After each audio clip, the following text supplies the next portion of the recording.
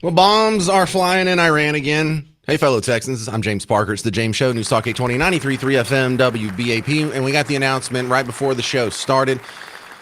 CENTCOM has the announcement over here on their Twitter feed. It says, as of 2 p.m. Eastern time today, so 1 p.m. real time, U.S. forces began conducting a new wave of strikes against Iran for the sixth consecutive night to further degrade Iranian military capabilities.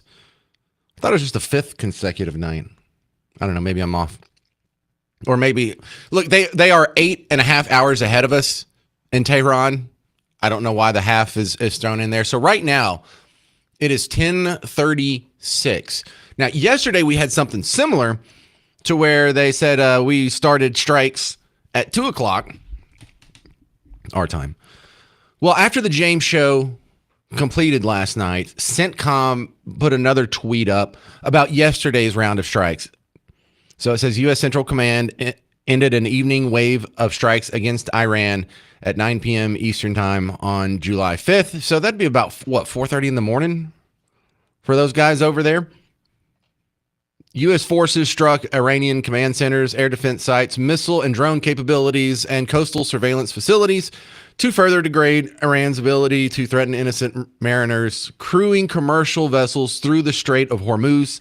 CENTCOM used precision munitions to hit targets in multiple locations, including Bandar Abbas, and I don't even know where that's at. Earlier this morning, American forces struck coastal defense and cruise missile sites on the Greater Tunb Island. It's spelled T-U-N-B, and I've never said that word before, so a little grace, please.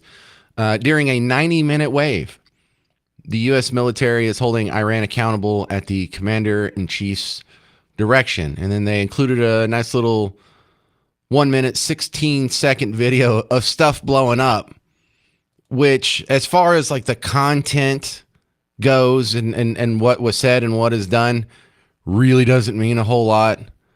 But I am kind of a child, and it is crazy awesome to see stuff blowing up.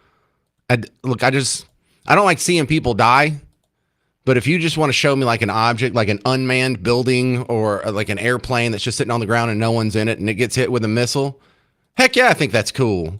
So what we have here is sometimes wants to blow stuff up. Blow stuff up, guys. Get to it.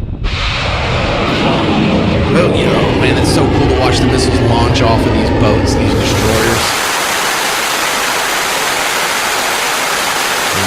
This is great. This is a plane taking off from the aircraft carrier. So this is what they're putting out.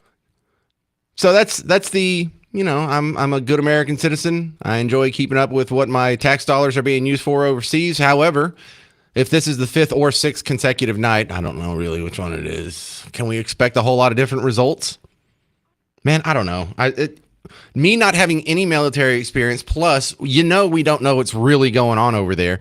It could be that Iran takes a few missiles, they immediately get out the next day, and they start rebuilding, and they're pretty much made whole within a matter of days or weeks, or maybe months. Or it could be that they are one day away from finally capitulating and throwing in the towel. I have no idea. The media is going to tell you it's going terrible. Trump's going to tell you it's going great. I feel like we have no clue. I feel like we can't trust anybody, and we're not going to find out for a long time what this was all about. 800-288-9227, 800-288-9227.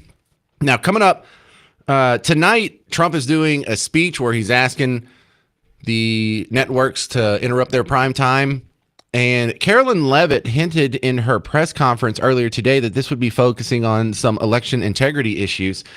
Now, that was immediately interpreted as he's going to come out and question the election integrity of the 2020 election, which there's a lot of smoke around that one. It could just be about the SAVE Act. She was intentionally coy about it, and I'll be playing that. I'll be playing some clips from that press conference later. But we are going to break into that tonight, and maybe he'll be addressing some of this Iran stuff too. Because if you're going to get out there and get in prime time, the cycle has been, yes, he does have one topic that he wants to stick, but here's what I predict. He's going to get out there and he's going to tell you about the inflation number going down. He's going to tell you about that. He's going to tell you about It'll now be what is it, 18 months in a row that we've had zero border crossings. He'll tell you everything that he wants the American public to hear that he doesn't feel like is getting mentioned in the rest of the media. And then he'll probably hammer on whatever election thing it is. And it's got to be either the 2020 election or the SAVE Act going forward or something to that effect. But we'll have it live here. Maybe this Iran stuff will be part of it as well. Now, coming up next on the James Show, a scary story. Well, from my point of view, this is the kind of stuff that, parents it gives them nightmares.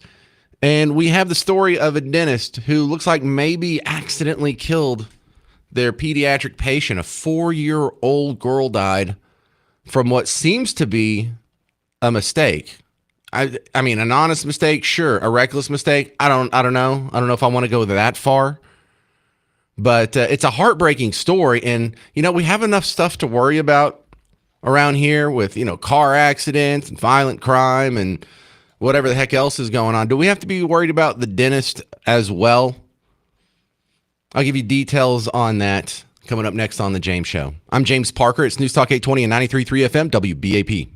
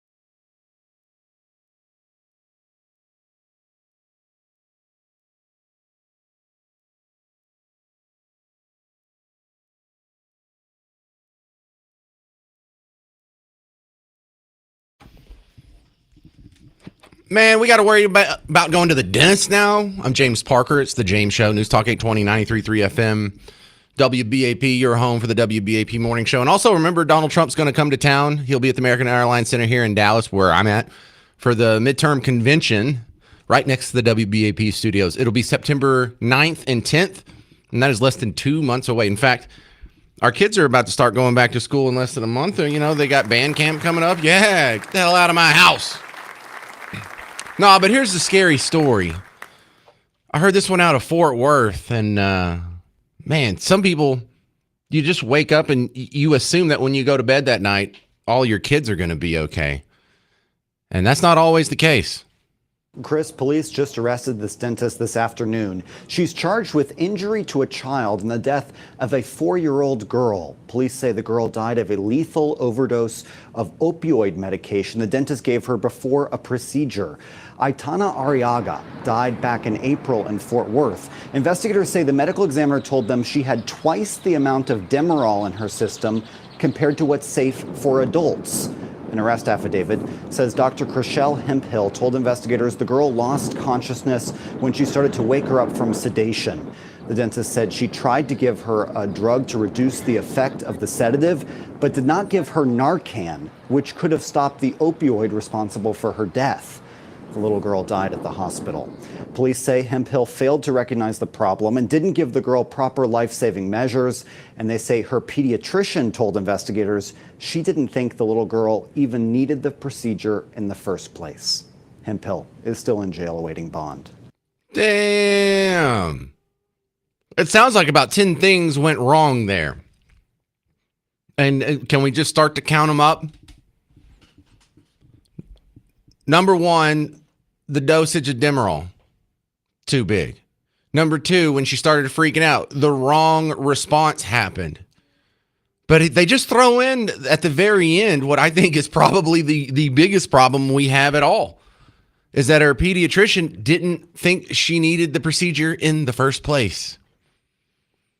And so we've got a real dilemma here, because I think this might have happened to you at some point. This might have happened to most families. You know, when you have a dentist and they say you need a procedure, you just have to trust them. I mean, you can maybe go to another dentist and get a second opinion. But here, I mean, we have all kinds of problems. I mean, are you even supposed to give a 4-year-old Demerol? And if you are giving a 4-year-old Demerol, like, shouldn't you know the dosage? How do you mix that up? How do you give them twice as much as what the adult dosage is? How do you not give them Narcan?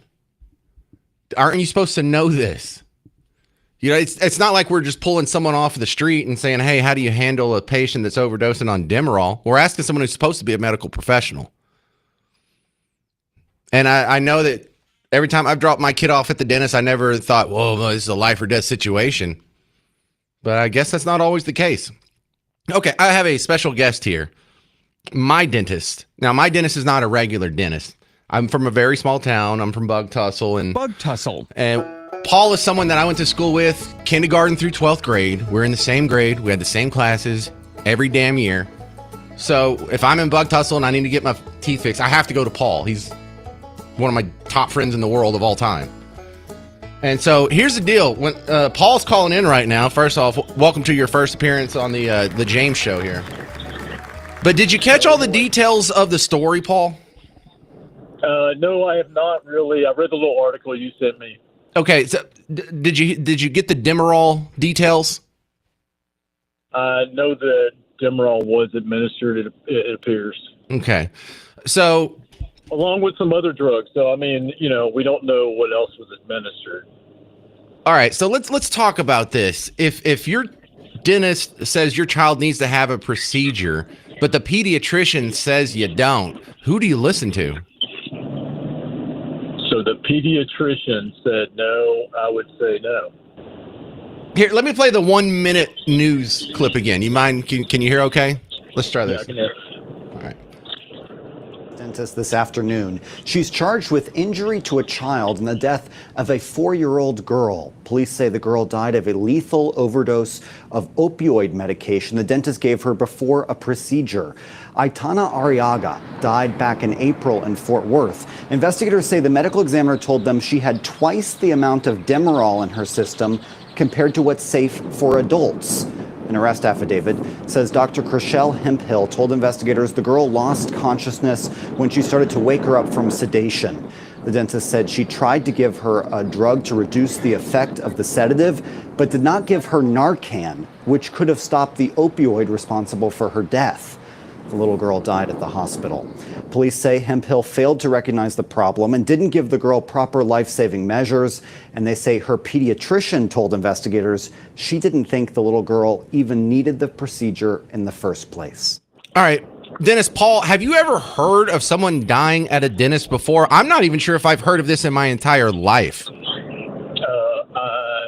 I've heard of one other case. Yes, I have.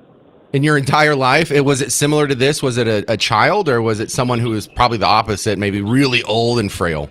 No, it was a teenager. All right. Do we have to be worried about our kids at the dentist, Paul? I would say no.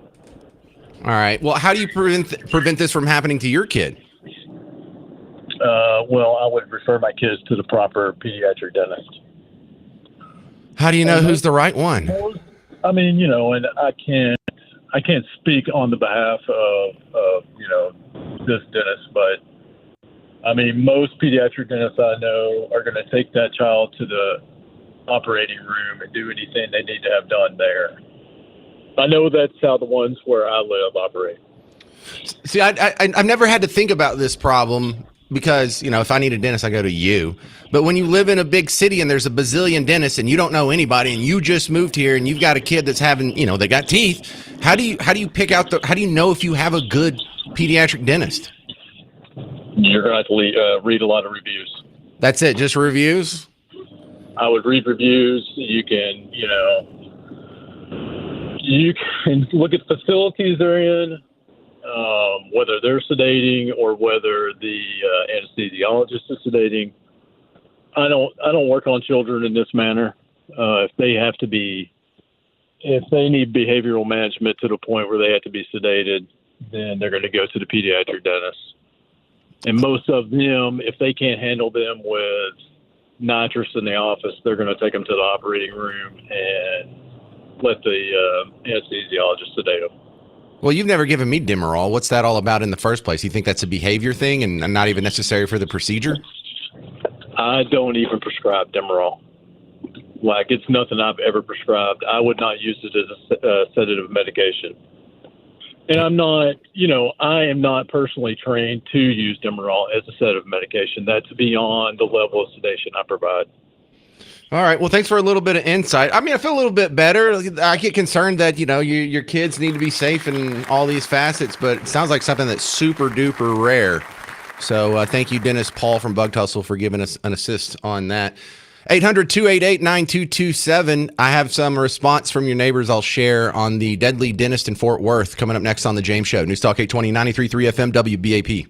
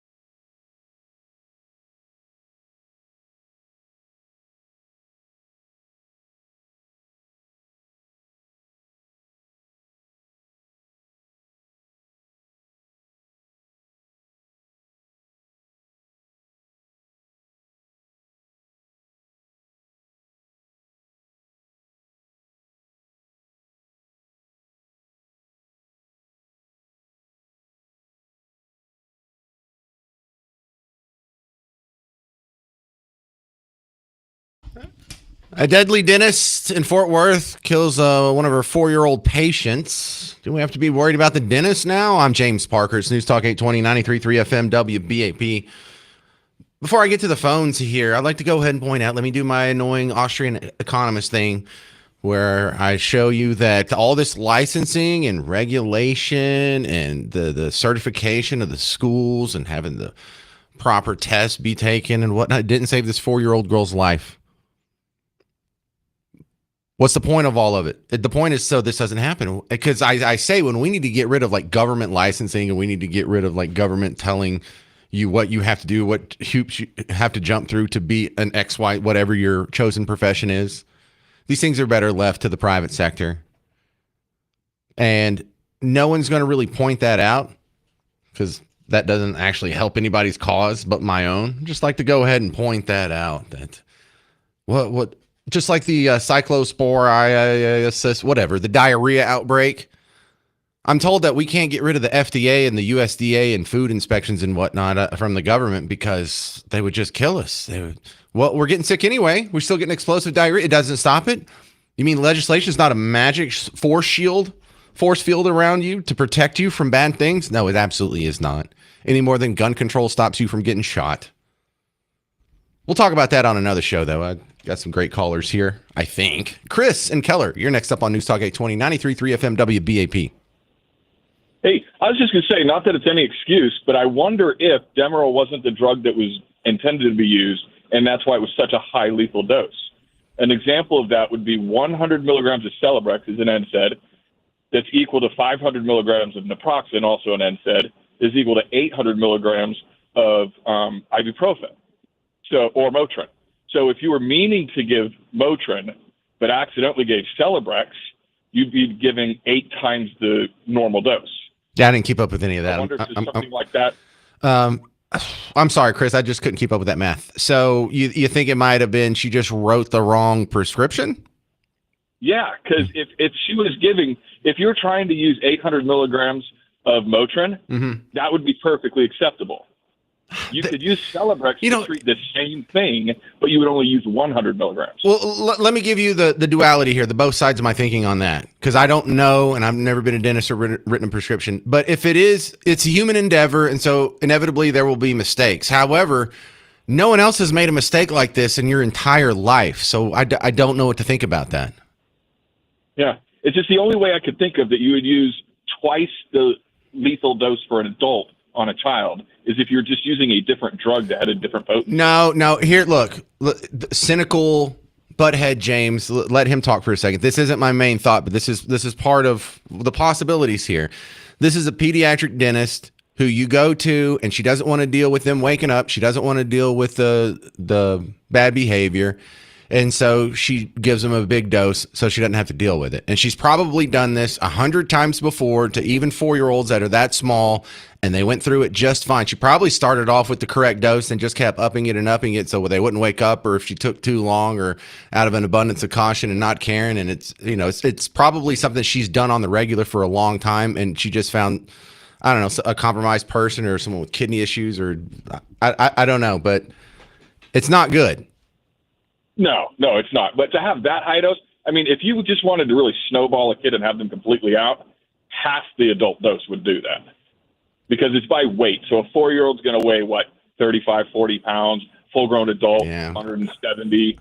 Even half the adult dose would have them completely snowballed. Well, so Chris and Keller, I don't know enough about doses, but that sounds right. That sounds right to me, Chris. Thank you. Yep. Ken in Arlington, you're on News Talk 820, 93.3 FM, WBAP, talking about the deadly dentist. I'm wondering about the resident status, because when this was in 2004, my dad had a rental in Branson, Missouri, but the Skaggs Medical Center up there was honoring medical degrees from foreign countries. 4 out of every 10 of those doctors was from a foreign country, and they had a foreign medical certificate. And I'm just thinking that if she's a dentist, I don't know if it's a legitimate dentist or not, got her training outside the country and knew what she was doing of, look, Ken, and all that other stuff. I think you'll agree. Her name is Chriselle. So there's no one from another country. Well, I don't want to say no one, but it's the more likely scenario is that she's a native. She is a black female, the doctor, and so that's kind of a quirky African American name. So and there's nothing wrong with that, but the speculation that happens under the comment section, and this is terrible because a 4-year-old girl died here, and it's not really a good time for scoring political points. But people were pointing out, well, was she a DEI hire? Was she a DEI student? Was she a DEI admission into dental school? So I'd bring in the question of the status. First of all, the status of if she's from a foreign country, because just because I don't know the name, if it's a typical name or anything like that. If you listen to Chris Crock, he would say, "Oh, remember that word? He did that stint." Oh, I had a friend. His name was Listerine. You know how they name their kids different, screwed up names. But that's what I would be questioning. That if she got her medical degree outside the country or a dental degree, I'd bring that into question. Well, look, her name is Chriselle Hemphill. I'm pretty sure she's local. You're bringing up a valid case, but I don't think it applies here. Is all I'm saying. Well, Hemphill is, if you go into these other countries and stuff like that, Hemphill is what I think it's Zimbabwe or Kenya. No, come on, Ken. It's a black person with an English name.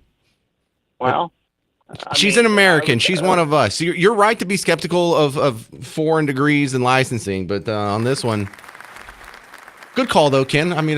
You didn't know that before you called. I hope that answered it for you. 800-288-9227, 800-288-9227. I'll give you some more My Hot Opinions on the deadly dentist in Fort Worth coming up next on The James Show. News Talk 820, 93.3 FM, WBAP.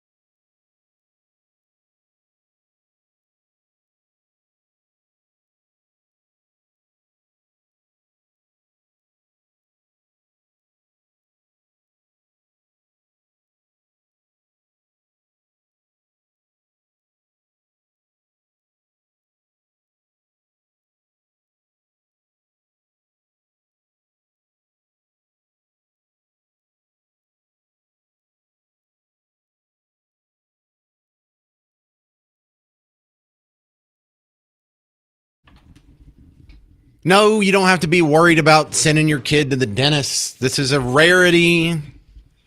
You're probably fine. Probably. I'm James Parker. It's the James Show. News Talk 820, 93.3 FM, WBAP. Remember the WBAP morning show whenever you wake up. But if you're just joining us, I'll play the report real quick. A Fort Worth dentist is arrested for what seems to be getting about 10 things wrong on a 4-year-old. Chris, police just arrested this dentist this afternoon. She's charged with injury to a child and the death of a 4-year-old girl. Police say the girl died of a lethal overdose of opioid medication the dentist gave her before a procedure. Aitana Arriaga died back in April in Fort Worth. Investigators say the medical examiner told them she had twice the amount of Demerol in her system compared to what's safe for adults. An arrest affidavit says Dr. Chriselle Hemphill told investigators the girl lost consciousness when she started to wake her up from sedation. The dentist said she tried to give her a drug to reduce the effect of the sedative, but did not give her Narcan, which could have stopped the opioid responsible for her death. The little girl died at the hospital. Police say Hemphill failed to recognize the problem and didn't give the girl proper life-saving measures.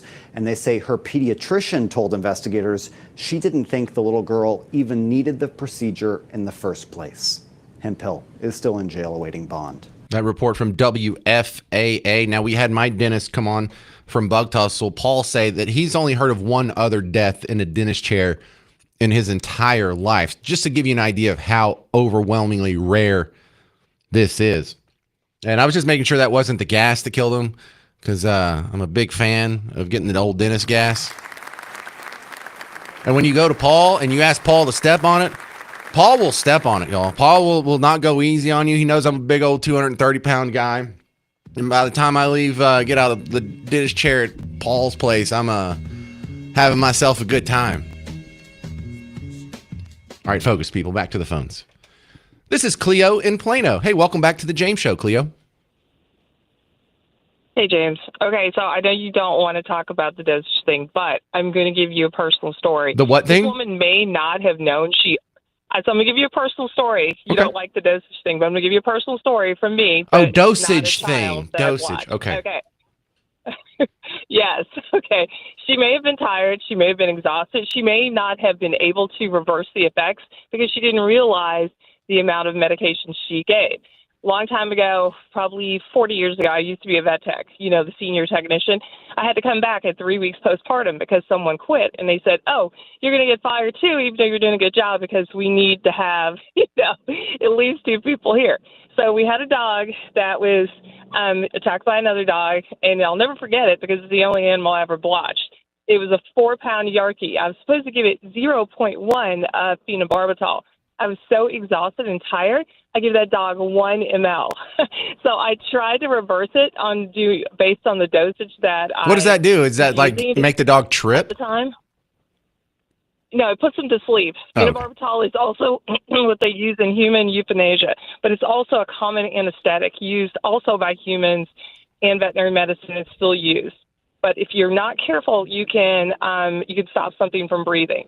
Wait, did you kill that dog? So I didn't realize what I did. Yes, I did. I killed the dog. Yes, I'll admit that. I'll fully admit that. Oh, my God. I got written up. I was on probation. But in all fairness, I did have to come back at 3 weeks postpartum. My boss came over to my house all nice with his wife, gave me a gift, and basically said in 2 weeks, hey, I know you thought you were going to get 6 weeks off, but so-and-so quit. If you don't come back too, we're going to have to replace you. Sorry. Here's your little gift. Bye. Have a good day. So I was like on fumes, and I was just really sleepy, and I couldn't focus. And I thought about what I did, and you have to write down, what you use of that. And I looked at what was in the bottle, and I looked at what was left in the bottle and what I put down, and that's when it dawned on me what happened. Because we couldn't figure it out. All right. Because I was literally considered the best there was to do that. So she may have been tired. That's not an excuse. It's not. But that may have been what had happened. And the reason she couldn't reverse it is because she really didn't realize what she had done until after it happened. That sounds very plausible, Cleo. No, it's an explanation, not an excuse. No, great story. Thank you, Cleo. Now we go to John in Dallas. Hey, John, you're on News Talk 820, 93.3 FM, WBAP. And good afternoon to you. The problem with this, Well, first of all, let me say I'm a physician. I'm a critical care physician, have been since the late 70s. That's the intensive care unit, and we put people to sleep and wake them up all the time.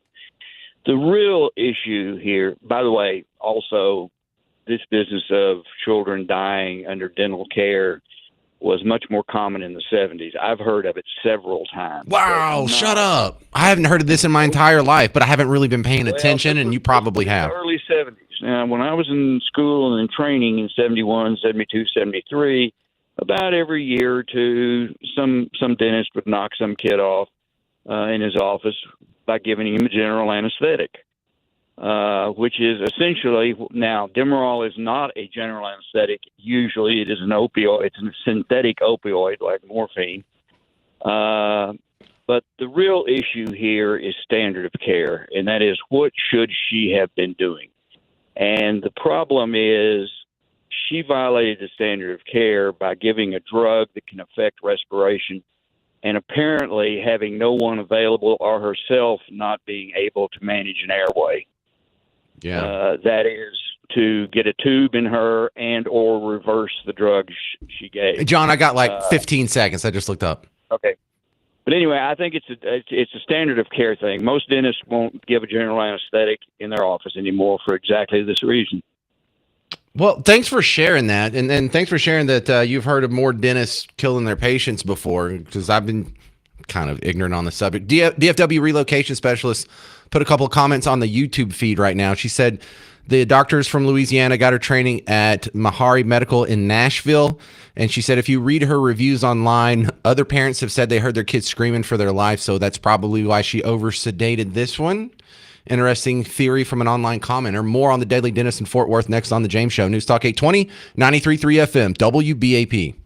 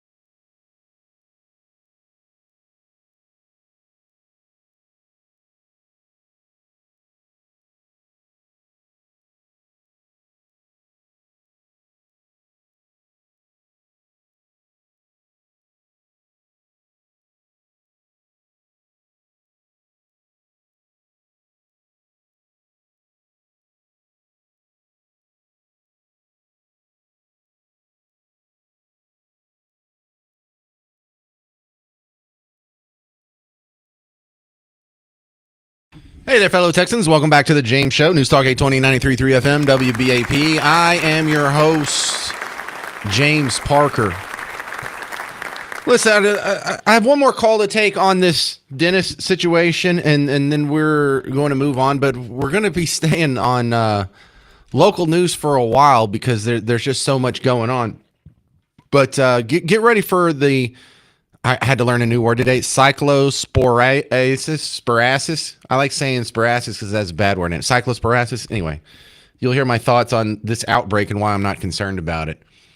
But for those of you just joining us, a dentist in Fort Worth put a 4-year-old girl under with Demerol. Couldn't bring her back up. Didn't respond correctly according to the police affidavit and the reports in the news. 4-year-old girl ended up dead. And it seems to be something so rare you probably shouldn't worry about it. But if you have kids and you're picking out a pediatric dentist and they want to put your kid under, maybe you want to look into that a little bit more. Kelly in Dallas, you're on News Talk 820, 93.3 FM WBAP. Hey, how you doing? You there? Yeah, great. Go ahead. Hey, great. Yeah, man, I just had wanted to comment on a caller a couple of calls ago. The lady who had killed the dog accidentally, she said.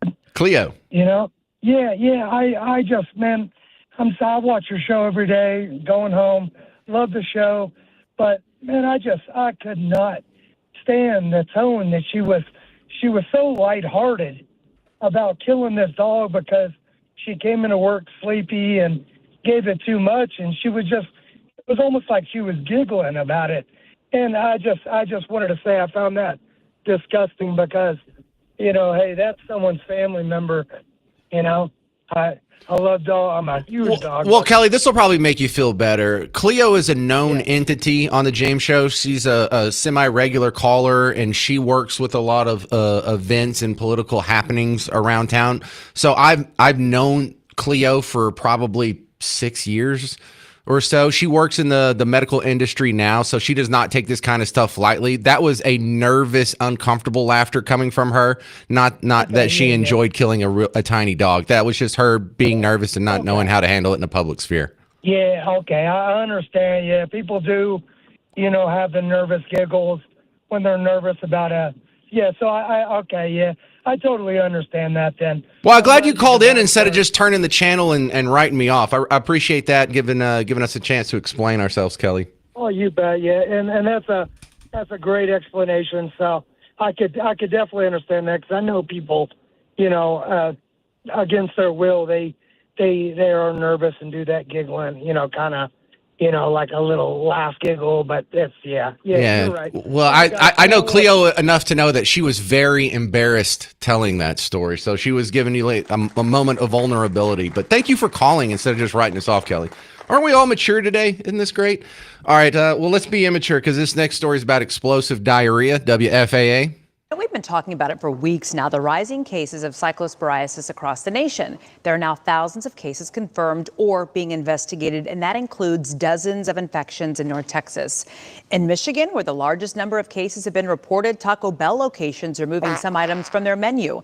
The fast food joint stopped adding lettuce, cilantro, onions, pico de gallo, and guacamole to its dishes, while federal and state investigators try to pinpoint the source of this illness. We have these outbreaks every once in a while, and they never get me. And I think I just have an Olympic digestive system. And because I put my digestive system through a lot. Like you people that go out there and you're like, I'm going to eat so many grams of fiber, and I'm going to eat my leafy greens, and I'm going to have nutrient-dense vegetables, and I'm going to stay away from ultra-processed foods and fast foods and sugars and fats and whatever. Not me. I eat like trash. I eat like a raccoon. Just open up the trash lid and whatever's in there, I stick my face in and start chewing. But my digestive system is probably stronger because of it. I probably ingest so many germs. I'm not real good about washing my hands. I don't really care. Sometimes I just pick a fork up out of the sink. I don't care if Miss Parker had used it or one of the 18 kids had used it or if a dog had used it. I don't care. Because of my lack of some basic hygiene, I get exposed. I necessarily have to be exposed to a lot more contagions than I otherwise would be. And I think that's paid off because I was shocked the first time I went to Mexico, not a border town, not like Juarez, but when I went to Cancun, I drank the water and I was fine. Like and like when you left the resort, you drink the water, I was fine. Bunch of people I was with didn't do so well. We went again. I had to go to a wedding for someone in Miss Parker's family down in Merida. Drank the water for a week. And the only thing that made me sick was the tequila. I had way too much of 1800 one night. It's very hungover. But also, I'm not too worried about it because I'm not eating a whole lot of lettuce anyway, whether there was a cyclosporiasis, whatever. I don't know all these words, y'all, but I'm trying. So, yeah, a lot of people are really concerned about this. They're cutting out the lettuce at the Taco Bell. You know, I've just learned there's only so much bandwidth that I have for fear news.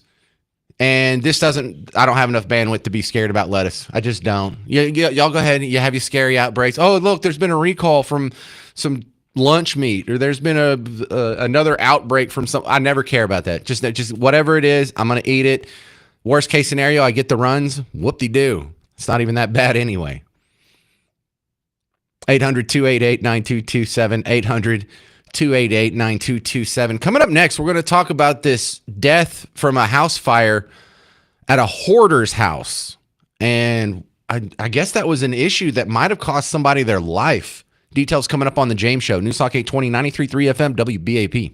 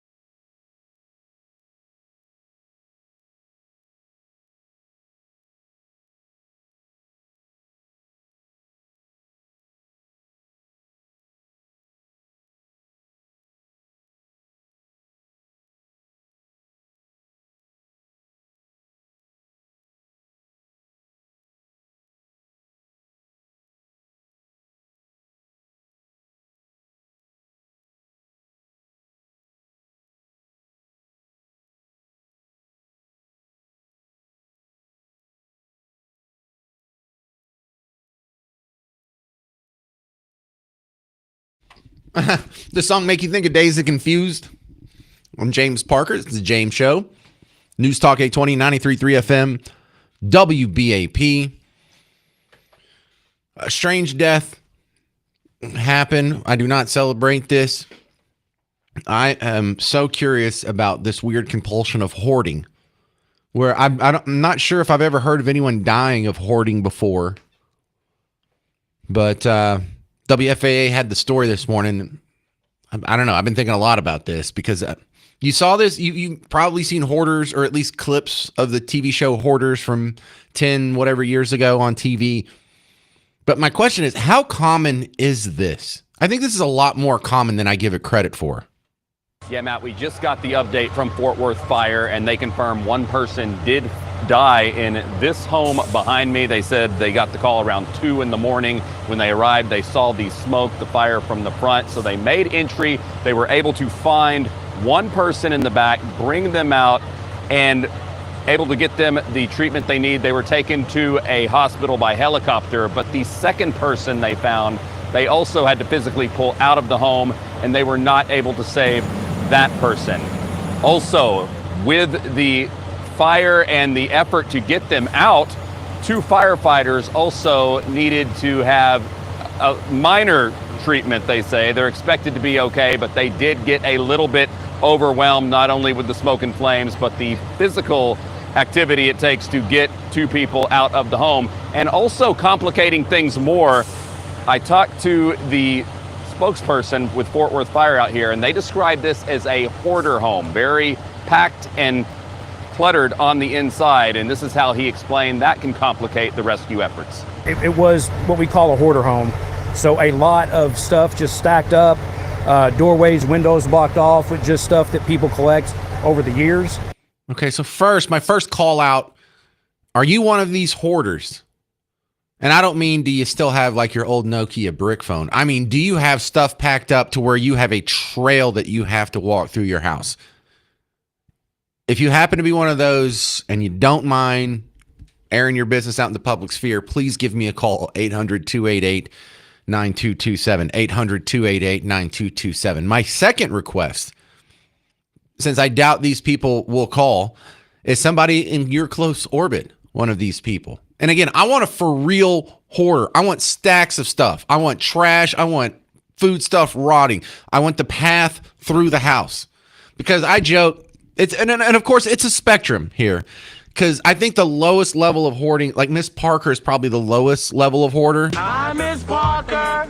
I have to have a rule with her. Like, if you're not going to ever wear that dress again, throw it away. Because she will say, I don't think I'm ever going to wear this dress. And then she will put it back in her closet. And I'll say, well, if that's the decision, why aren't you putting it in the trash?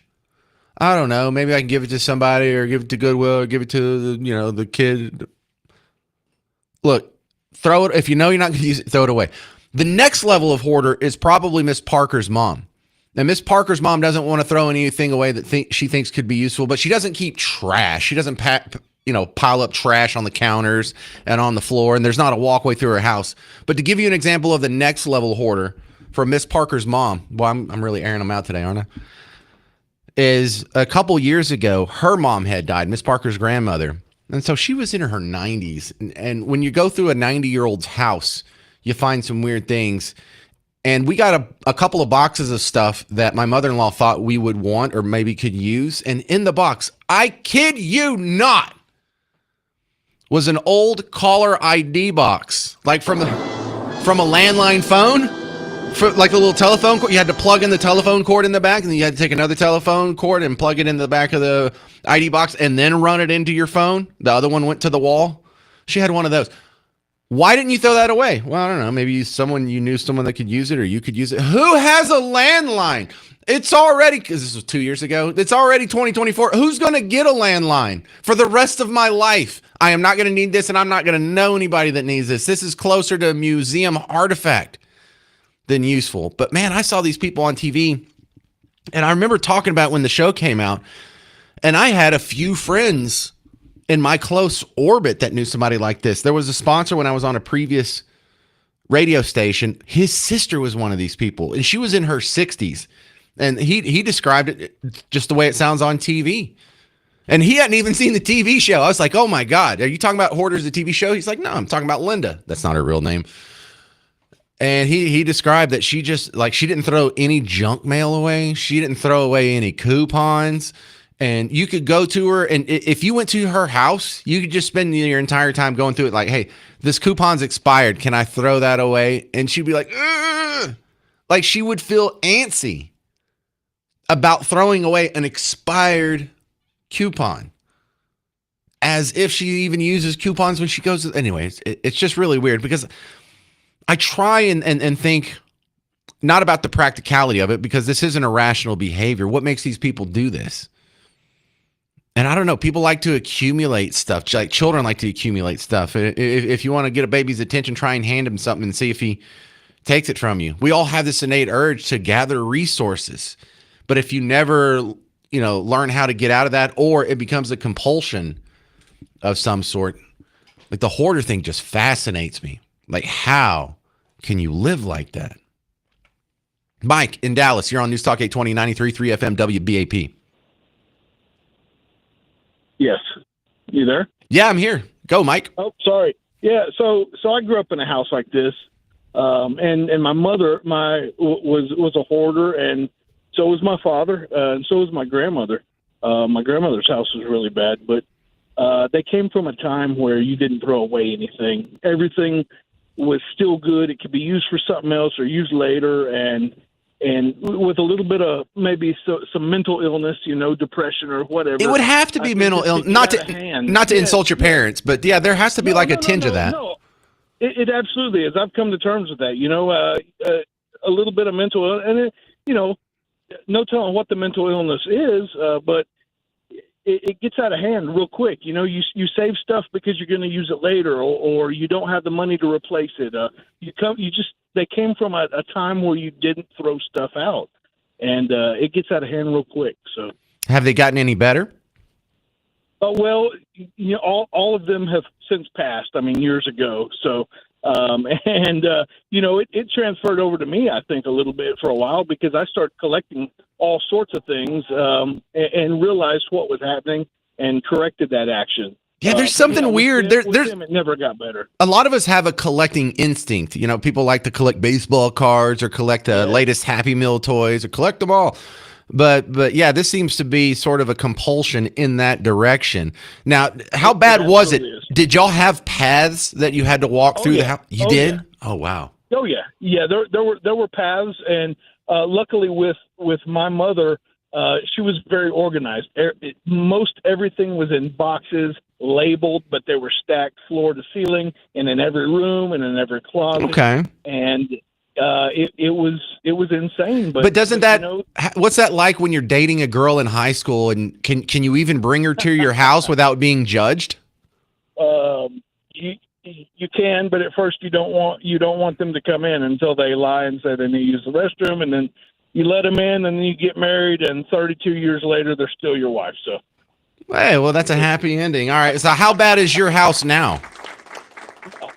Is it bad? But it looks like the inside of an antique mall, because my wife and I both collect things, but it's not hoarder type. It's just we like knickknacks. I like baseball cards. I used to have an obsession with old speakers and stereos, and I've had my issues, but I've got that under control. So thank you for sharing your story. That's so cool. All right, that was Mike in Dallas. I have a couple more hoarding stories. Larry divorced a hoarder. I can't wait to hear that next. Someone else is going to air out their mother-in-law. Oh, I like this. This is going to be a good show. I'm James Parker, 800-288-9227. This is News Talk 820, 93.3 FM WBAP.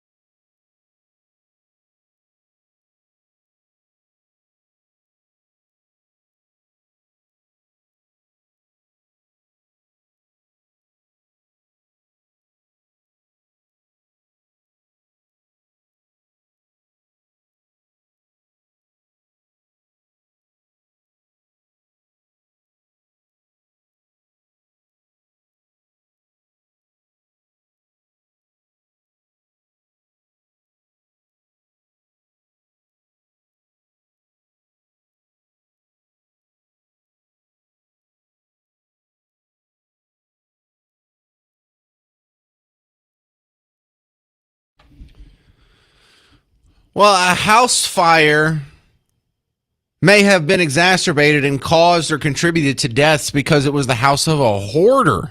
I'm James Parker. This is The James Show, News Talk 820, 93.3 FM WBAP. It just happened this week. One of your neighbors had a house caught on fire, and the rescue efforts were hampered by the fact that you couldn't freely walk through the house. You had to follow these paths, and it ended up maybe getting someone sent to the hospital and a couple of firefighters getting hurt as well. Then I put the call out there to share your stories with the hoarding and how bad it can be, because I think we all understand this is a spectrum, and there's people who like to collect a little too much stuff, and then there's the full-blown hoarders that you can't even walk through their house. And I just wanted to hear some of your stories. Man, we already got a couple of cool ones. I think you're about to get some more. Apparently, a lot of you have had at least been adjacent to hoarders. Let's go to Larry. This is Larry in Hallettsville. You're on News Talk 820, 93.3 FM WBAP. Are you in Hallettsville right now? Yes. Brahmas. Well, I'm not in town, Hallettsville, but no, I'm at my place. Okay. Well, I mean, are you listening over the air? Are you listening on an app? Oh, well, right now I'm listening to you on my phone, but yeah, I listen to you on iHeart. Great. So tell me about your experience with hoarders. Well, first of all, let me address the fire department. I served as a volunteer firefighter. So I'd probably say all fire departments, if they are aware of a hoarder's house, they have a list. Now, a firefighter is obligated to save someone if they think someone's in a burning home. Otherwise, they just go into defensive posture and just let it burn, because it's not worth risking a firefighter's life to fight a fire to save the structure. Agreed. Okay. So tell me, your personal experience with hoarders. Yeah, poor thing. She hoarded herself right out of a house. Who is she? Couldn't even live there anymore. Who is she? My ex-wife. You divorced a hoarder? Correct. So you lived with a hoarder? Well, for about 20 years. Was she a hoarder when you lived with her and you were constantly fighting it? Oh, yeah. And it just progressively got worse. But the reason for my call is it's right now it's considered to be a psychological situation. And like you would expect, or what you were thinking about, it's much more pervasive than people realize. So my conclusion after all these years is that it's going to have to be treated more than just psychological, because it just gets to the point it's downright criminal, because it's not a victimless crime. I mean, my children suffer, I suffered, she suffered. Firefighters are subject to a bad situation if it catches on fire. So how do we help these people? Do you have any wisdom on how to make the situation better, or what can fix them? Nothing fixes it. I mean, there are psychiatrists that say it's treatable, but well, see, we were kind of, I don't know if you were listening yesterday, Larry, but we had on Dr. Matt Chalmers, and we were talking about how GLP-1s and GLP-3s and these drugs that people are using to lose weight also help with addiction. He was also talking about how psychedelics can help with addictions, ayahuasca, DMT, psilocybin. This sounds like something that would be in that arena. If you treated this like an addiction and you gave them some of these other alternative treatments, maybe that could rope in and start helping some of these people too. What do you think? Well, it's possible. I mean, it's worth a try. But you didn't see her go through any therapies or drugs or treatments for that? Oh, I went down every road I could possibly think of, and she was not cooperative. Over 20 years, I bet you tried everything. Hey, thanks for sharing that, and thanks for the angle on with the firefighters, Steve. Very interesting stuff. This is Chris and Addison. You're on News Talk 820, 93.3 FM WBAP. What's your experience with hoarders, sir? Yeah, my mother-in-law was a hoarder.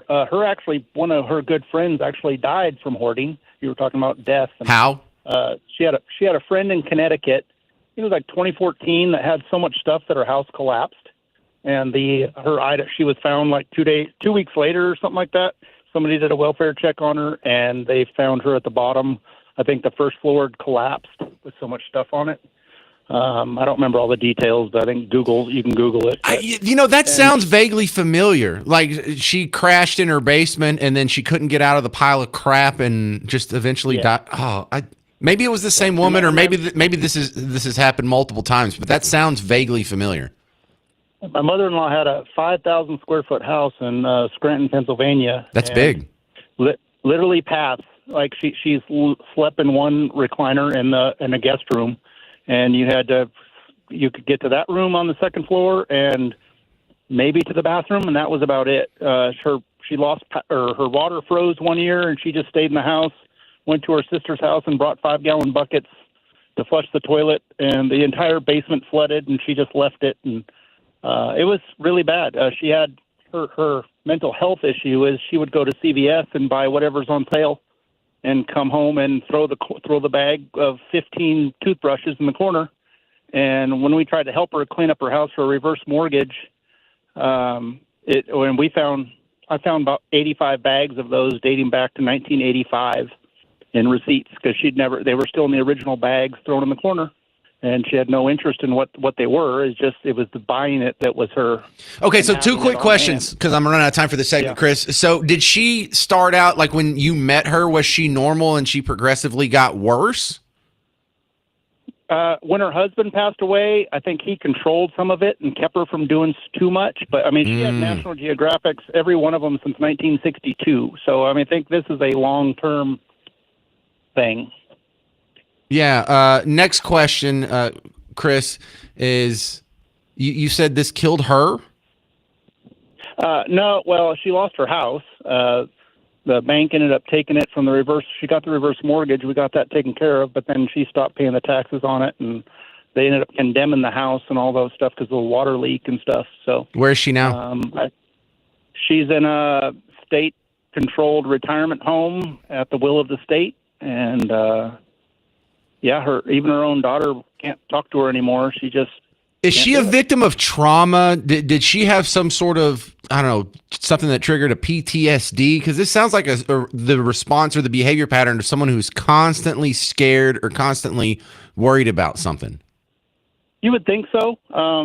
She was raised very silver spoon in hand. Her husband had $1 million when they retired, and she didn't have to work, but once, I think something triggered when he was gone that just got substantially worse. Well, dang, Chris, you made it all sad now. But thanks for sharing your story. On one hand, I'm making fun of these people. On the other hand, I really do feel sorry for them. Something is wrong, and they are not comfortable in their own skin. And I guess collecting stuff gives them a little bit of a dopamine hit that makes them feel better. We'll continue sharing the stories of your neighbors' experiences with hoarders. Now that's gotten somebody killed, maybe we should talk about this. I'm James Parker. It's News Talk 820, 93.3 FM, WBAP.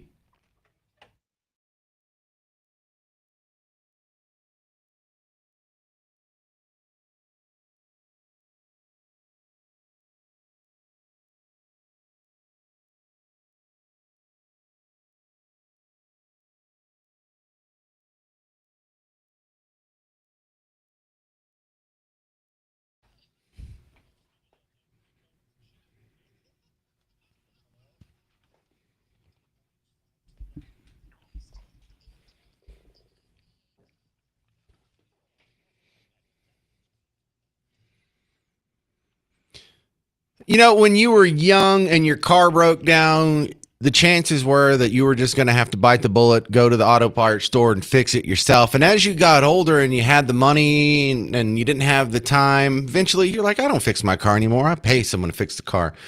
When you first got a house, you probably made a whole lot of the repairs.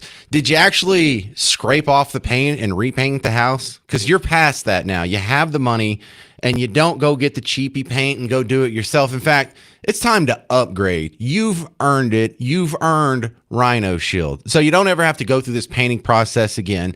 But look, not only do they do all the work for you, they do a much better job than you would ever do. They go prep the house. They fix everything. Like if you have a little wavy board or a little crack or a little leak or some of your soffit vents missing or something got chewed through, a little mouse hole, I don't know. But they fix everything up. Then they seal everything up. And then they do the primer, and then they do the nanoparticle coating, and it looks beautiful. and they do all the work for you. So you never have to go through that again. In fact, you'll never even have to go through Rhino Shield again, because once it's done, it is done. 25-year transferable warranty. Your house will look great. You won't have to lift a finger. In fact, it's even easier to pay for than ever, because they can put it on a low monthly payment for you too. So if your house needs to get fixed up, go to rhinoshielddfw.com.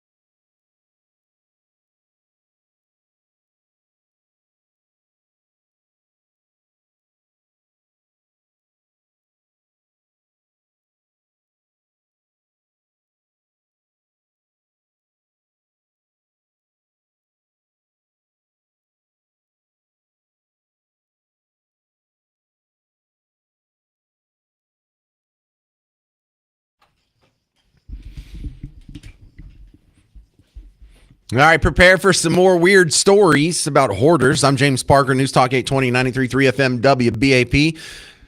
Good to see you again. If you're just joining us, a house fire in Fort Worth was exacerbated because the house was occupied by hoarders. Might have gotten somebody killed, might have gotten some firefighters injured. And I think we have all either seen an episode of the old TV show Hoarders, or at least some clips. And I'm starting to think this is more common than me or you suspect. And so I've had people call in with their hoarder stories, and my jaw has been dropping with every call. Don't even bother calling in. The lines are full. David in Weatherford, you're on News Talk 820, 93.3 FM, WBAP. Your experience with hoarding. Yeah, I'm actually what you call the next level hoarder. Did. And I'm a mechanic, I used to be a mechanic anyway, and so I all kinds of useful stuff, what I consider useful stuff, I've taken to where I label my tins with dates, and I just don't even look at them anymore. I just throw them out after like 2 years. Okay, so you're saying you are a hoarder? Oh yeah. Do you have the pathway through your house? No, my wife keeps that in check, but my shop and my office is loaded with, just old computer parts, truck parts, and things like that, and things that I've worked on. And like I said, now, it's gotten to where I put them in totes and I label them with a date. And if after a year or two, if I haven't looked in it, I just throw the whole thing away. Well, that sounds like you have the hoarding impulse, but you're also able to sort of regulate yourself.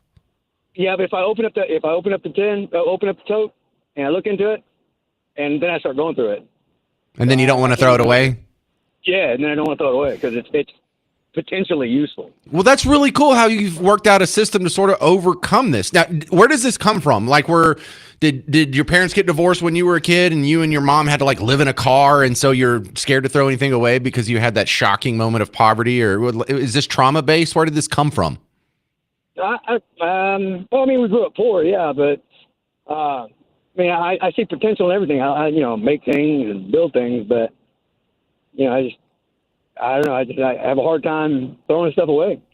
Well, I hope what you said can help someone else out there, because maybe if you use the David and Weatherford method, you can sort of overcome it. My tip that I have is it used to be not be something I had to deal with because I would move every 6 months because, you get an apartment lease for 6 months, maybe every year.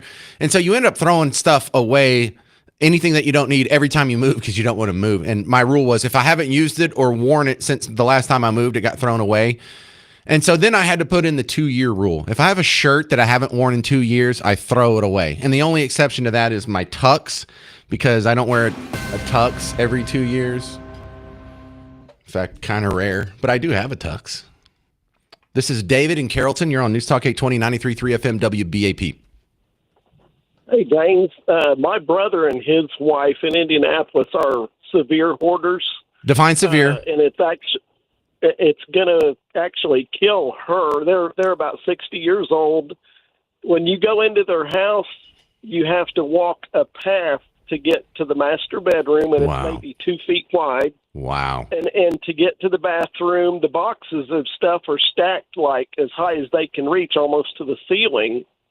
And I went up for a funeral a few months ago of an aunt that died, and I went to their house before we went to the funeral service, and their kitchen table is stacked halfway to the ceiling, every inch with stuff, and they've got 2 chairs they can sit in and hold their plates to eat. And when they go to the grocery, she'll buy all of her stuff. It's mostly her, but my brother's kind of got caught up in it. If she likes a certain kind of lemonade, she'll buy 10 gallons of it. She'll say, I want all that there is on the shelf. If she has certain dinners she likes, she'll be like, buy everything they have. That's the one I like. I want to make sure I have it. And I was going to fix a cake for them, and I opened some of the cabinets, and they had like 10 boxes of flour, 5-pound bag things, and I'm like, it's all expired. It's like 5 years old, and she buys all this stuff that she thinks she'll use, but she's paranoid she'll run out. And then when they go out to dinner, she'll see the menu and she'll order, say, 2 appetizers and go on about how they're both her favorites, and she'll order 2 entrees for herself, and she can't even eat half of it. And then she'll box it up and take it home and cram it in the fridge, and she'll sit there half the night trying to gorge herself before it goes bad. That is so interesting. Is she, I don't mean to be mean here because I'm not judging her. Just, is she huge? Is she very overweight because of this?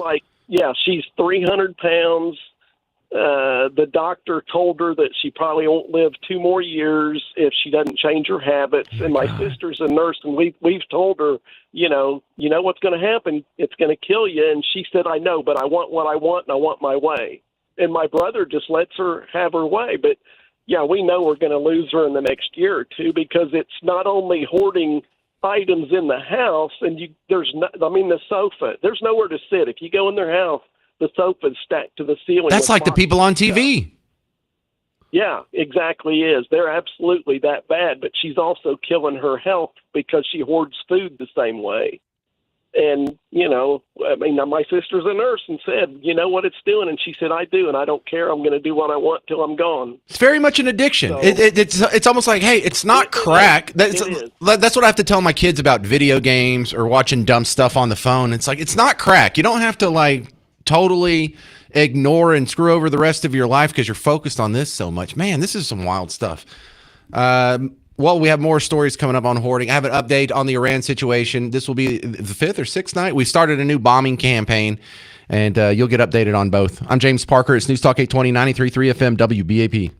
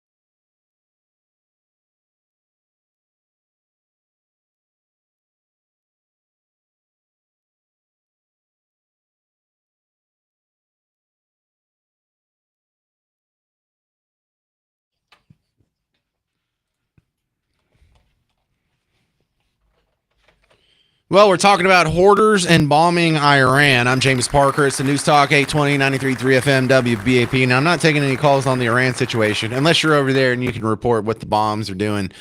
But starting at 1 o'clock today, Texas time, there was a new wave of strikes, and it was announced by U.S. Central Command at 2 o'clock Texas time. So they're saying this is the sixth consecutive night to further degrade Iranian military capabilities. Also, earlier this morning, they put up a couple of videos. One of them was, this stuff looks so cool. It looks AI. There's a F-35A stealth fighter, and it was being refueled in the air by what they call a KC-135, one of those refueling jets like in the old Top Gun game from the Nintendo. And then they also put up a video montage of some of the recent strikes. I guess it was from this week. But if you like seeing stuff blow up, follow U.S. Central Command on Twitter. I'm not seeing a whole lot of other details about that. I'm thinking we might get some more details during Trump's speech tonight. He's supposed to be interrupting prime time, and we will carry it live and then have some live analysis after the fact. But the big money is on the fact that this speech is probably going to be centered around something having to do with election integrity, which I interpret as either talking about how the 2020 election had some irregularities or something about the SAVE Act going forward. But that's pretty much all we got. The other big story is the one about hoarders, because it got somebody killed. There was a death that was exacerbated. A house fire was exacerbated by a hoarder, and that may have led to more injuries than absolutely necessary. Here is the report from WFAA. Yeah, Matt, we just got the update from Fort Worth Fire, and they confirmed one person did die in this home behind me. They said they got the call around 2 in the morning. When they arrived, they saw the smoke, the fire from the front, so they made entry. They were able to find one person in the back, bring them out, and able to get them the treatment they need. They were taken to a hospital by helicopter, but the second person they found, they also had to physically pull out of the home, and they were not able to save that person. Also, with the fire and the effort to get them out, 2 firefighters also needed to have a minor treatment, they say. They're expected to be okay, but they did get a little bit overwhelmed, not only with the smoke and flames, but the physical activity it takes to get 2 people out of the home. And also complicating things more, I talked to the spokesperson with Fort Worth Fire out here, and they described this as a hoarder home, very packed and cluttered on the inside, and this is how he explained that can complicate the rescue efforts. It was what we call a hoarder home, so a lot of stuff just stacked up, doorways, windows blocked off with just stuff that people collect over the years. Someone had asked on a Facebook message earlier, what's the difference between people who collect stuff and hoarders? Well, it's the definition for any addiction, whether it's crack or sugar or hoarding. Continued behaviors in the face of negative consequences are when it starts being called an addiction. If you do something compulsively, but there's no negative consequences, I wouldn't call that an addiction. You're not addicted to breathing. You do that every day. Ron in Bedford, you're next up on News Talk 820, 93.3 FM, WBAP. Hey, James. Hey, Ron. How you doing? Love the show. Agree with you 90% of the time. The other 10%, I respect your opinion. Thanks. I was a firefighter and paramedic for 23 years. I've been in fires where people were hoarders, and it's awful for the firefighters. You go in, and it was a middle of the night call. Middle of the night calls, the first thought is life safety. That's your first thought. Okay. There's gonna be somebody in there because it's the middle of the night. But whenever it's a heavy fire load when there's hoarders, especially when there's stuff stacked up. You'll be crawling through the fire. Things will fall off and land on your back. And you'll shake it off and keep going. So bless the hearts of the Fort Worth firefighters.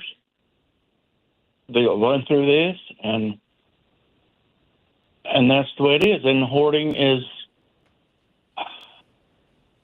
it's not bad like a drug addiction, but it is bad because it's such a heavy fire load, and there's such a chance for a fire. Yeah, because if you're collecting all kinds of pieces of paper and flammable stuff, and you're just leaving around the all your rooms, that gives a lot more fuel. Now, let me ask a question that may sound dumb, but I bet you a bunch of people don't know the answer to this because I don't. When you go to like these Fort Worth firefighters that responded to this hoarder house in the middle of the night, by the time you get there, if there's a big fire, is the power usually out? You know, because it would change a lot if you can't turn on the lights and you can't see anything, and you're in a hoarder's house. Because, you know, everywhere you turn, you're bumping into something. You're not going to be able to see anything, especially in a house like that. That's why you'll see firefighters crawling. Okay, if you can't see your feet, get down. Right. Heat rises, heat pushes back down on you, and then you get into, if it gets hot enough, you get into flashover conditions, smoke explosions, things like that. So you get down and you learn to control the fire. Well, when there's such a heavy fire load, there's such a heavy smoke, it's hard to find the seat of the fire. And you've got to find the seat of the fire, which is where it originated, knock it out, and then go from there. How often did you see hoarder homes? Because none of us really have a good idea of how prevalent or how frequent this compulsion is. I've seen them three times that really come to memory. One was a lady that she actually killed herself in front of us. She was a hoarder. There was problems. She poured gas on herself she set a fire. Oh, my She God. set the fire on the second floor. We were going in looking for that. Looked over, there was a lady. We were screaming, get out. She poured gas on herself and lit herself off. What was that about? Ron, why are you telling me hellish stories? You're going to give me nightmares. What'd she do that for? She died, so I will never know. That's God, you had to go through this as a firefighter? You had to watch someone self-immolate? Yes. All right. Well, thank you for your service. I feel like you're a military veteran if you've had to see all that. Round of applause for... I'm not. I was never in the military. I know, but it feels like the same way. Like I have a big appreciation for people who have a job that exposes them to trauma. I mean, that's one reason why we hold first responders in such high regard. Thank you, Ron in Bedford. But if you're a paramedic, think of all the awful mangled bodies you see from car wrecks or whatever. Firemen see crazy things. Police see crazy things. Our soldiers, our military veterans see crazy things. ER doctors see crazy things. Prison guards. There's all kinds of people out there who just have chosen a career that is necessarily going to expose you to traumatic things. And that's something that... I mean, that's one of the bright, shining aspects of my job. You know, it doesn't pay that well, and there's no job security, and half the country or half the people listening think you're a racist, sexist, bigot, and homophobe. But I don't have to expose myself to that. I don't have to watch someone self-immolate. No one's ever shot at me yet. 800-288-9227. 800-288-9227. All right, I'll pull it together a little bit. We'll discuss preview of what's going to happen with Trump's speech tonight. And Carolyn Levitt had a press conference where she answered a couple questions I think you'd be interested in. So keep it on the James Show. News Talk 820, 93.3 FM, WBAP.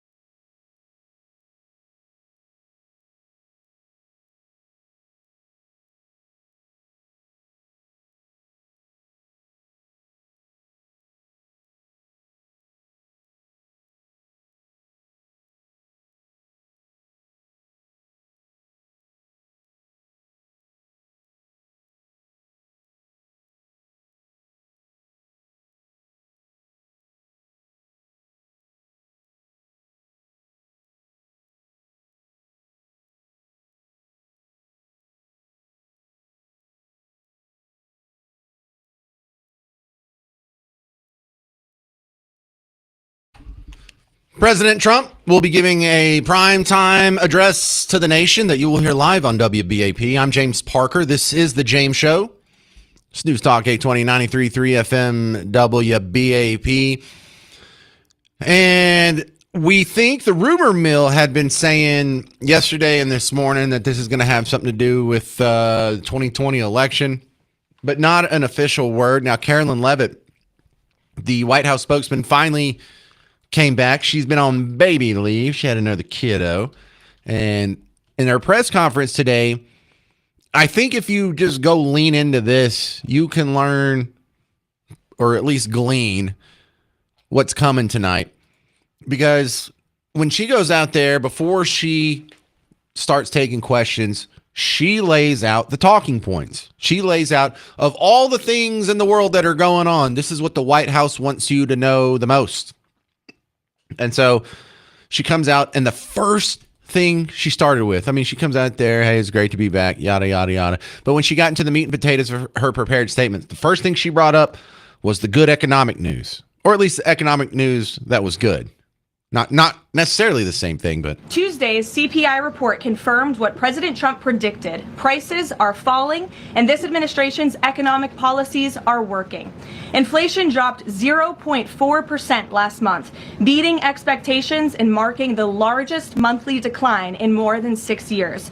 Prices fell, including for gasoline, electricity, non-prescription drugs, car insurance, medical care services, and hotels, delivering relief for American working families. all right, continue talking about the economy and just throwing out a bunch of stats. The next topic, which you can tell the first most important thing on her mind that the White House wants you to know, economy, good. Next one, immigration, good. For the 14th straight month, this administration has released 0 illegal aliens into the United States. Again, let me reiterate, the 14th straight month, not a single illegal criminal alien has been entered into our country, released into our country by this administration. Illegal crossings in June remained at historic lows, and southwest border apprehensions are down 94% compared to the same period under the Biden administration. These numbers speak for themselves. Thanks to President Trump's strong leadership and unwavering commitment to law enforcement, America has the most secure border we have ever had in our nation's history. So that's Carolyn Levitt, and that was said at about 12:30 our time. The problem is when she went out and said that, not a whole lot of people are paying attention because Trump's not saying it. And it was the middle of the day when most people are at work or otherwise occupied doing their things. So I imagine he's going to come out and he's going to cover both of those topics, and then he's going to spend the bulk of the time telling us something new about the situation with elections. Now, election 2020, did they find out something new about that? There's an investigation that's happening in the Georgia situation. Are people going to go to jail? But I don't know. It could be he's looking forward, and there's some new information about the SAVE Act. Or he could be spelling out all this problems that happened with the election that just happened in California, the Spencer Pratt one. This could be a big push for voter ID. It could be a whole smattering of all of these election issues. But when it came time for the question and answer session, I found it very frustrating because the number one thing that the media asked about, I think there were 7 questions on it. It was the story about the corrupt teleprompter runner. Do you know what I'm talking about? Did you hear this story? I heard this on Markley, Van Camp, and Robbins. The main teleprompt operator for Trump had won over $100,000 doing prop bets on like Polymarket or Kalshi, or I don't even know which platform it was. But since he knew the content of the speeches ahead of time, he would go and take a bet on, here's $100 on whether or not he says, absolutely or truly or bigly, something like that. 7 questions were asked about that dude. We're in a war. You get that. How crazy is it that we found one corrupt thing that happened within the Trump administration? They've already dealt with him. He's been put on administrative leave without pay. They have an ethics clause anyway. That's what y'all were most concerned about. The second most frequent question was criticizing the content of the speech, and the speech hasn't even been delivered yet. They are just preemptively criticizing it before they even hear it. And here's kind of an example of that. I think this is the only part of the press conference left that you want to hear. We'll get to the rest of all of you. Thanks, Rachel. Thanks, Caroline. Welcome back to the briefing room, and congrats on your baby. Thank you. 2 questions, Sure. if I may. Oh, wait. Hang on. That's the wrong one. This is the right one. Caroline, welcome back. Good to see you. Likewise. To the degree that this speech tonight is about elections past, not elections upcoming, the 2020 election has had dozens of recounts, lawsuits, audits. 2024 election widely believed to be safe and secure. There's not really any question about that. A lot of people look at Because it was this. too big to rig. Well, I think a lot of people look at this There's a and massive wonder, amount of votes for this president. That's why he's in the Oval Office there were, right now. no one disputes that. And there were a significant amount of votes for Joe Biden, who won in 2020. I mean, the question is, why is the president unable to let this go? Well, first of all, Garrett, I think part of the problem is that the media has refused to acknowledge that tens of millions of Americans across the country share the concerns of this president about the sanctity of our elections. And your premise of your question, you're jumping ahead to a conclusion in this speech before even hearing it yourself. I think that everyone should tune in tonight, including the people in this room, and you should report on the president's speech and the findings that he is going to reveal in this speech with a little bit of honesty and a little bit of integrity, because it will shock you if you have an honest eye listening to the president tonight, and everything he is saying will be backed by facts and by evidence that will be provided this evening. And again, Garrett, I think all Americans, Democrat, Republican, should agree that we are the greatest country in the history of the world. We should have the safest and most secure elections in the history of the world. And what the president will be speaking about tonight will show you that perhaps that is not the case, and we need to make some adjustments moving forward. So just imagine that question. Why does he care? Why doesn't he just let it go? You mean that an election was stolen? You think we should just water under the bridge? Why do we care about that? Because the obvious answer is, look, if there was an injustice, it'd be nice if we got the truth. Number two, maybe so we can prevent this from happening in the future. But I'm also going to play you some audio in the next segment that shows how they did not let it go when they had the fake storyline that the election wasn't so secure in 2016. Trip down memory lane coming up next on The James Show. News Talk 820, 93.3 FM, WBAP.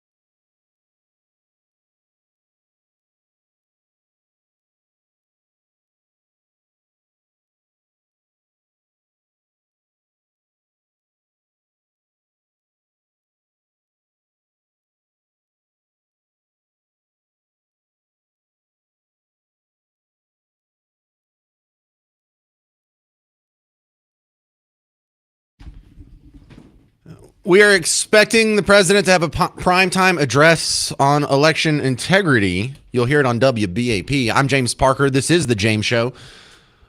News Talk 820 and 93.3 FM WBAP. We'll carry it live here, and it's starting in 2 hours and 22 minutes. So you just stay right there, and you'll hear it. But the rumor mill was saying this was going to be election-related, and the question that was kind of being batted around, is he talking about elections going forward? Is he talking about elections in the past? Is he talking about the 2020 election, 2024 election, 2016 election, the election where Spencer Pratt just got hosed out of the Los Angeles mayoral race? And so let me replay this question. Just the question. You don't even need the answer here. At the press conference that was happening, this was about 12:30, 1 o'clock our time today, Carolyn Levitt was asked about sort of a preview of what to expect in the speech tonight. Caroline, welcome back. Good to see you. Likewise. So did agree that this speech tonight is about elections past, not elections upcoming. The 2020 election has had dozens of recounts, lawsuits, audits. 2024 election widely believed to be safe and secure. There's not really any question about that. A lot of people look at this. Because it was too big to rig. Well, I think a lot of people look at this There's a and massive amount of votes for this president. That's why he's in the Oval Office right now. No one disputes that. And there were a significant amount of votes for Joe Biden, who won in 2020. I think the question is, why is the president unable to let this go? Let's get in the Wayback Machine. Oh, wow. I hit the flux capacitor. You and I are going to go back to 2017, 2018, 2019, 2020. Now, for Donald Trump's first term, he was elected at the very end of 2016. He stepped into office in January of 2017. For 2017, 2018, and 2019, the number one story was Trump-Russia collusion. No story got more headlines. No story got more airtime. No story got more column inches. We were talking about it on NPR. They're talking about it on PBS. They talked about it almost every day on MSNBC when it was still MSNBC. It was part of the regular narrative on CNN, ABC, NBC, CBS. And if you would like a reminder of how ubiquitous it was. Look, I'm not just playing you this to show, oh, look, there's the double standard. Now, I'm playing you this. I want you to remember the voice you just heard, like, oh, why can't he get over it? Like, it's so condescending and absurd that anyone would question an election. Like, what kind of moron? With no evidence or whatever. And you're about to hear these same people who are just rolling their eyes when Trump hints that the election may have been stolen. That was their number one story. That turned out to be false, by the way. They're saying all this in this next montage, things that turned out to not be true. But listen to how confident and condescending they are in this montage. Russia hacking the election to elect Trump is the end of our democracy. Votes were definitely affected. Russia hacked the election to tilt it to Mr. Trump. The Russians definitively hacked the election. Russia did hack the election. No doubt. The Russians hacked the election. Yes. Russia hacked the election. Fact, Russia hacked the election. President-elect Donald Trump still not sounding convinced that Russia hacked the election. The president does not want to come to terms with the fact that the Russians hacked the election. President Trump says he still wonders if the Russians hacked the election. If you can get him to accept that Russia hacked the election, see if you can get him to accept who won the Civil War. If he admits it, it casts a shadow on his victory over Hillary Clinton. Russia hacked the election. Russia hacked the election. Russia hacked the election. Russia hacked the election. Let's be clear, Russia hacked the election. Definitively, Russia hacked the election, and Russia is doing it again now. Election-related cyber hacking. Cyber hacking of U.S. elections. Cyber hacking of the election. Russia was cyber hacking the election. Russia was cyber hacking the election. The CIA, the FBI,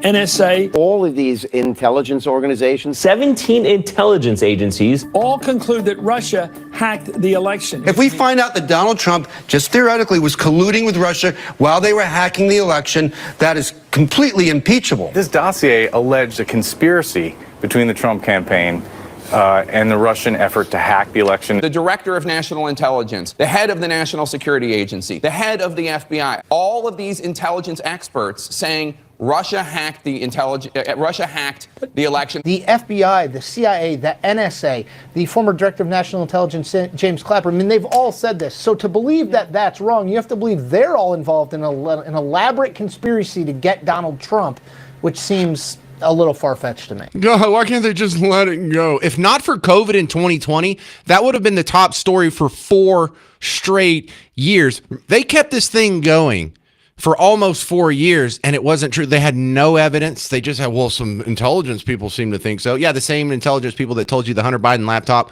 was Russian disinformation, those people. Now, I'm going to play this again just so you can hear the dripping condescension and the 180 about face on questioning elections. Caroline, welcome back. Good to see you. Likewise.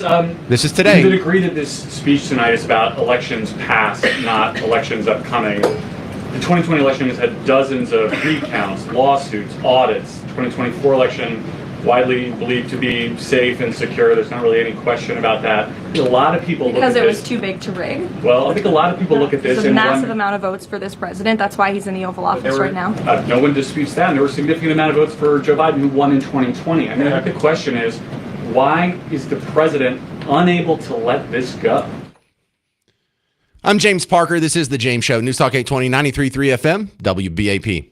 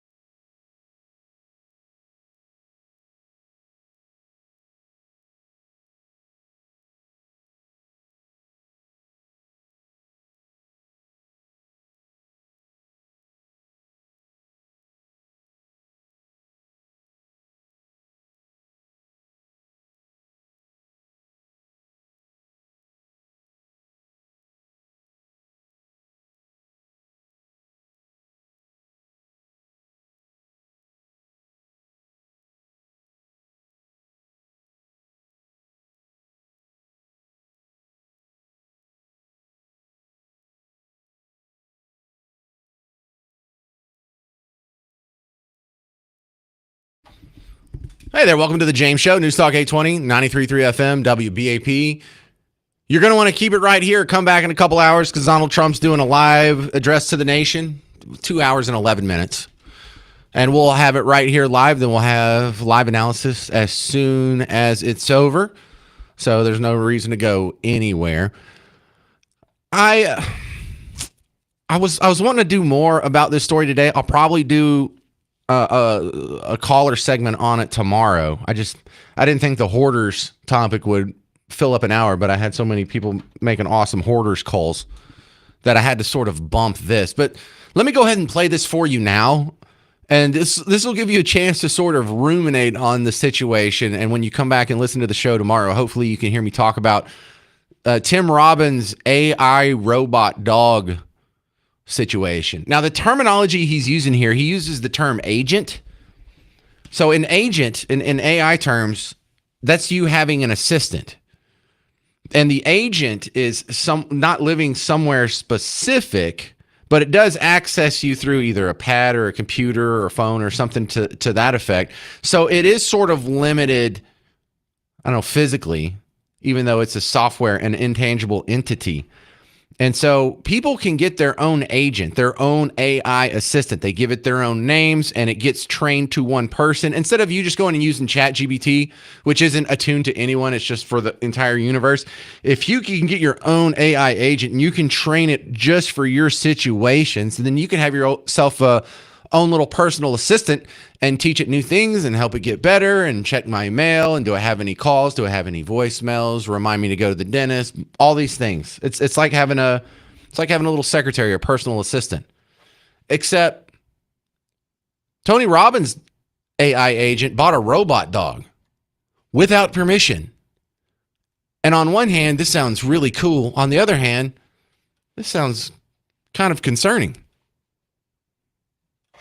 Just like a child, if you haven't trained them, they're young, they don't know anything, you can raise them up. Well, I have a partner that was involved with the federal government at one point and some of those three little agencies. And so he's been working on his own agent for 14 years. And so when all this new technology came out that accelerated it, he built one for me. His name is Bar Talk. And he said, I'd love to go to one of those seminars. This is the agent saying this. And he said, are you considering getting a robot?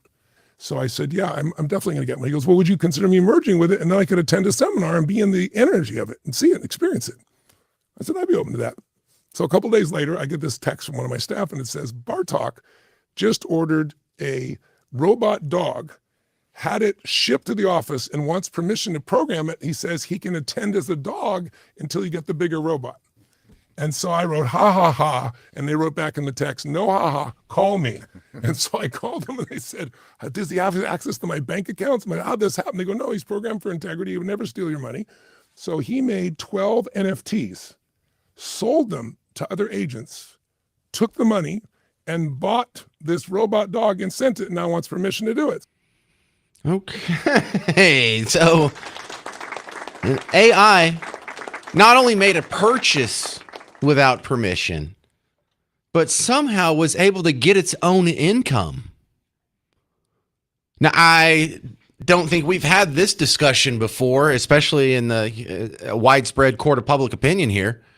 But if you have an AI agent, and when he said it made 12 NFTs and sold them to other agents, NFT, a non-fungible token, that's sort of the same cryptocurrency technology, but using it for something besides just a straight up currency, just an NFT. And he sold it to other agents. So other AI bought what he was selling. I don't know how he talked them into it or why they would buy it, but he made enough money to buy a robot dog. And now he's going to program this robot dog so when Tony Robbins goes to a conference, he can take his AI buddy with him to be the eyes and ears, and I guess mouth, for his AI agent. That's wild. Now, what happens to an AI agent that makes money? What happens to that income? Does the AI agent have to file his own income tax now? Or is he a dependent of Tony Robbins and Tony Robbins has to declare him as or do you have to declare your AI agents now? And it'll be kind of like dependents. I doubt you'll get a write-off for them. But that just opened up a whole new can of worms in my head. if AIs can go out and generate their own income and not at the direction of their master, that's a level of autonomy that starts to open up other questions, like the taxes. What happens if the AI that you own goes out and accumulates $1 million and then you die? Do your kids get it? Does it get to keep it? Does it get to go to a new owner and the new owner I really don't know. But I'm going to do a little more reading, and we'll talk about this at length on tomorrow's show. And if you think you have any good input, just stick around for 21 more hours. I'll be back, and we can chew through this one. Well, that's going to do it for my time. Stick around. Mark Levin's coming up next. If you need more James Show action, I've got the podcast floating out there, and I've got a lot of good video clips on all the social media, so go check it out. I'm James Parker. This has been The James Show on News Talk 820, 93.3 FM, WBAP.